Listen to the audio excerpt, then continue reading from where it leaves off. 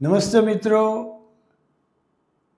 અમેરિકાના board certified cardiologist doctor Harvey Zarren તેમણે cardiovascular disease ઉપર ઘણું બધું કામ કર્યું છે અને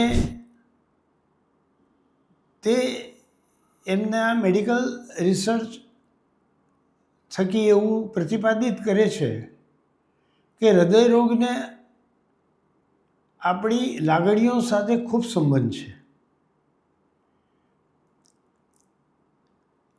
આપણો હૃદયનો દરેક ધબકાર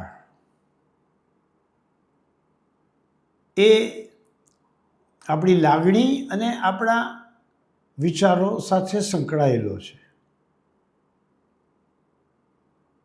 ડૉક્ટર હાર્વે ઝરેન એમ કહે છે કે પહેલાંના વખતમાં મેડિકલ સાયન્સ માત્ર ગણિત અને વિજ્ઞાનના સમન્વયથી બનેલું હતું, પણ હવે તે માનવીય સંબંધો, લાગણી અને માનવીની વિચારસરણી એ બધા સાથે પણ સંકળાયેલું છે. માનવી એક સામાજિક પ્રાણી છે. ભાવ અને વિચાર એની સાથે સદાયને માટે સંકળાયેલા છે. જો એને હકારાત્મક વિચારસરણી પ્રાપ્ત ન થાય, જો એને કુટુંબ કે સમાજ તરફથી પ્રેમ, સહયોગ, કરુણા આવા બધા પ્રકારના હકારાત્મક જે ભાવો છે તેની પ્રાપ્તિ ન થાય, સમૂહમાં જીવન જીવવાનો એને અવકાશ પ્રાપ્ત ન થાય, સાવ એકલો અને અટૂલો પડી જાય, પોતાના હૃદયની લાગણીઓને એ અભિવ્યક્ત ન કરી શકે, એની લાગણીઓ રૂગ્ણ બની જાય, કુંઠિત થઈ જાય, તો એ ગંભીર બીમારીનો ભોગ બને છે. ખાસ કરીને એની લાગણીઓ કુંઠિત થઈ જાય છે ત્યારે એને કાર્ડિયોવાસ્ક્યુલર ડિઝીઝ થાય છે.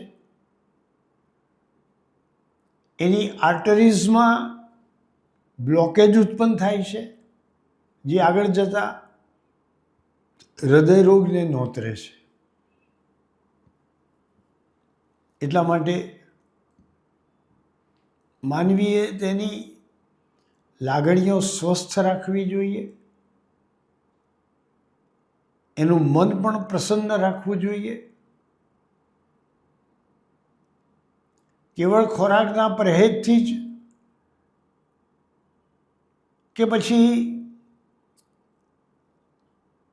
જે હૃદયરોગ સાથે સંકળાયેલા શારીરિક લક્ષણો છે એટલી જ બાબતોને ધ્યાનમાં રાખીને, કે પછી આર્ટરીઝ, ધમનીઓ છે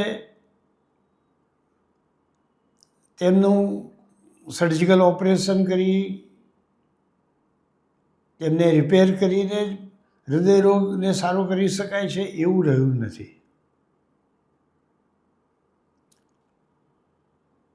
ડૉક્ટર હાર્વે ઝરેન કહે છે કે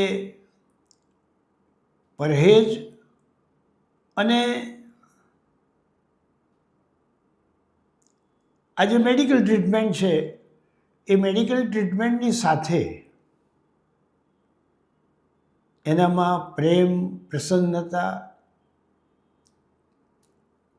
સહયોગ, શ્રદ્ધા આવા બધા પ્રકારના હકારાત્મક ભાવો પણ આવવા જોઈએ. એવા પ્રકારથી તે પોઝિટિવિટીથી ભરેલું જીવન જીવતો હશે તો જ તેના હૃદયરોગમાં સારા થવા ના ચાન્સીસ વધે છે. કારણ કે માનવી અને એનું જીવન એ કેવળ ગણિત અને વિજ્ઞાનની પરિભાષામાં જ વ્યાખ્યાયિત થાય છે એવું નથી. જીવન તો લાગણીઓથી જ બનેલું છે. જીવનમાં તો એના વિચારો અને એની લાગણીઓ સતત એનો પ્રવાહ ચાલતો રહેતો હોય છે. એટલે જો હકારાત્મક વિચારસરણી હોય તો એનું સ્વાસ્થ્ય સુધરે છે, અને નકારાત્મક વિચારસરણી હોય તો એનું સ્વાસ્થ્ય બગડે છે. અત્યારે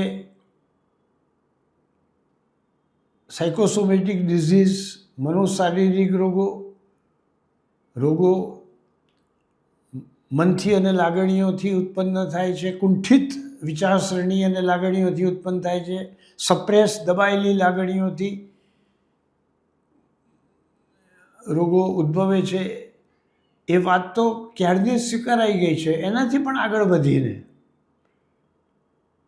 અત્યારના જે ઇન્ટિગ્રેટિવ મેડિસિનના પુરસ્કર્તા કહેવાય એવા ડૉક્ટરો, શરીર વિજ્ઞાનીઓ એવું કહે છે કે માનવીના સ્વાસ્થ્ય સાથે આ બધી જ વસ્તુઓ અનિવાર્યપણે સંકળાયેલી છે.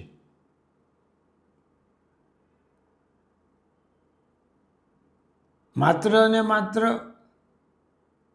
દવા કે સર્જિકલ ઓપરેશનથી એને સારું થાય એવું રહ્યું નથી. એની જે જીવનશૈલી છે એ પણ બહુ મોટા પ્રમાણમાં એના સ્વાસ્થ્ય ઉપર અસર કરે છે.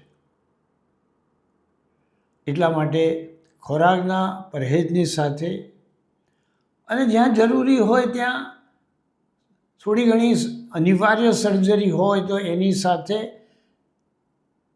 જીવનશૈલી પણ ખૂબ સ્વસ્થ પ્રકારની રહે એ જરૂરી છે.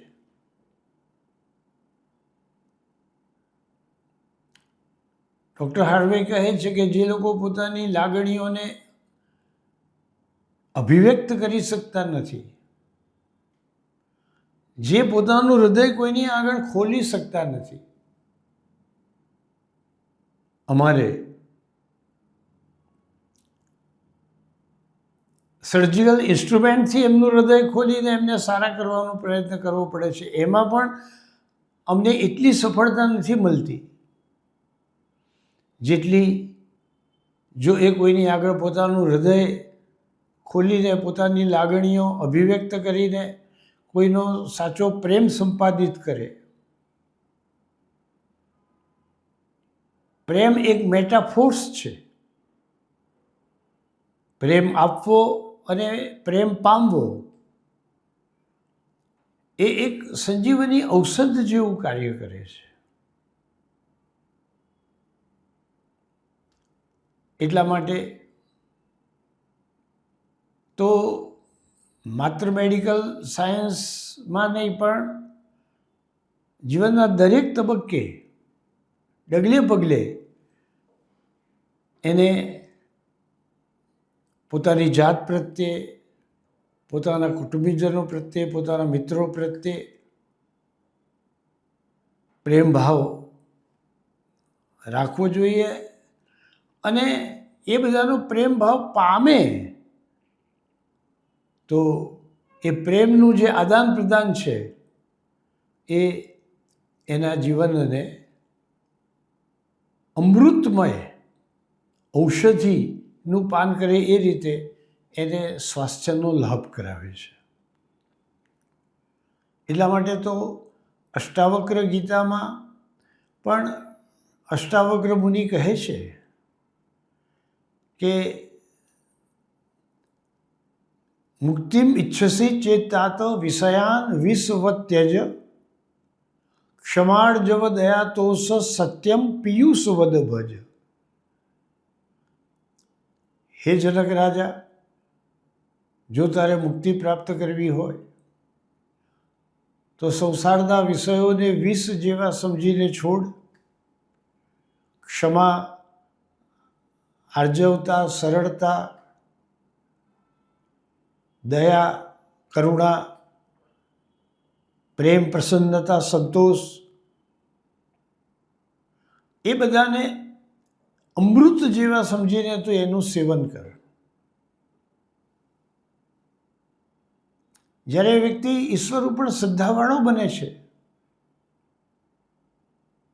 પરમ ચેતના સાથે એનો નાતો જોડાઈ જાય છે, ત્યારે આવા પ્રકારની એક અમૃત સંજીવની જેવી એને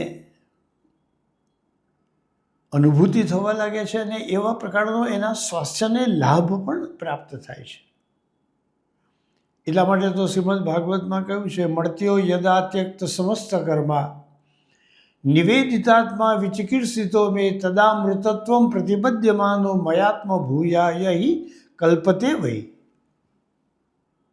જ્યારે માનવી એના સમસ્ત કર્મો પરમાત્માને સમર્પિત કરી પૂર્ણ શ્રદ્ધાવાન બની અને એ પરમ ચેતના સાથે એનું મન, એનો આત્મા, એની ચેતનાને જોડી દે છે, હકારાત્મક ભાવનાવાળો બને છે,